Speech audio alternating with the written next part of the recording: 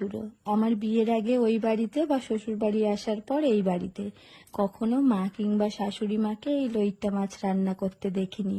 দুজনেই এই মাছ দেখে নাক সিটকাতো।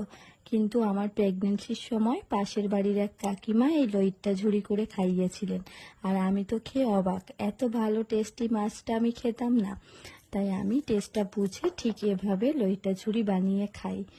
বাড়ির আর সবাই খেলেও এখনো কিন্তু আমার মা আর বর মহাশয় এই মাছ দেখলেই নাক সিটকায়।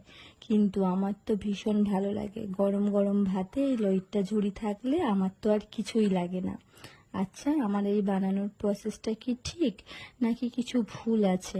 আপনারা একটু কমেন্ট করে জানাবেন তো। আর কিভাবে এই মাছ রান্না করা যায় আমাকে একটু কমেন্ট করে টিপস দিয়ে যাবেন, তাহলে পরের বার আমি সেভাবে বানানোর চেষ্টা করব। আমি শুনেছি লইট্টায় চপ হয়, সেটা কিভাবে বানায়